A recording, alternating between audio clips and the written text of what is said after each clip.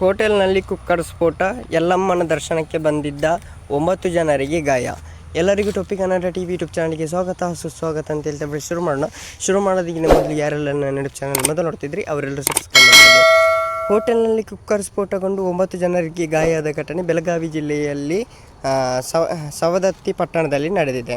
ಯಲ್ಲಮ್ಮ ದೇವಿ ದರ್ಶನಕ್ಕೆ ಬಂದಿದ್ದ ಯಾದಗಿರಿಯ 5 ಹಾಗೂ ಬೆಂಗಳೂರಿನಲ್ಲಿ 4 ಗಾಯವಾಗಿದೆ. ಗಂಭೀರ ಗಾಯಗೊಂಡ 2 ಮಹಿಳೆಯರಿಗೆ ಹುಬ್ಬಳ್ಳಿ ಕಿಮ್ಸ್ ಆಸ್ಪತ್ರೆಯಲ್ಲಿ ದಾಖಲು ಮಾಡಲಾಗಿದೆ. ಉಳಿದ 7 ಜನರಿಗೆ ಸವದತ್ತಿ ಆಸ್ಪತ್ರೆಯಲ್ಲಿ ಚಿಕಿತ್ಸೆ ನೀಡಲಾಗುತ್ತಿದೆ.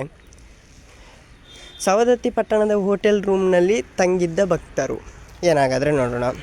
ಸವದತ್ತಿ ಪಟ್ಟಣದ ಹೋಟೆಲ್ನಲ್ಲಿ ಒಂದು ಹಾಲ್ ರೀತಿಯ ರೂಮ್ ಪಡೆದು ಎಲ್ಲ ಭಕ್ತರು ಅಲ್ಲೇ ಅಡುಗೆ ಮಾಡುತ್ತಿದ್ದರು.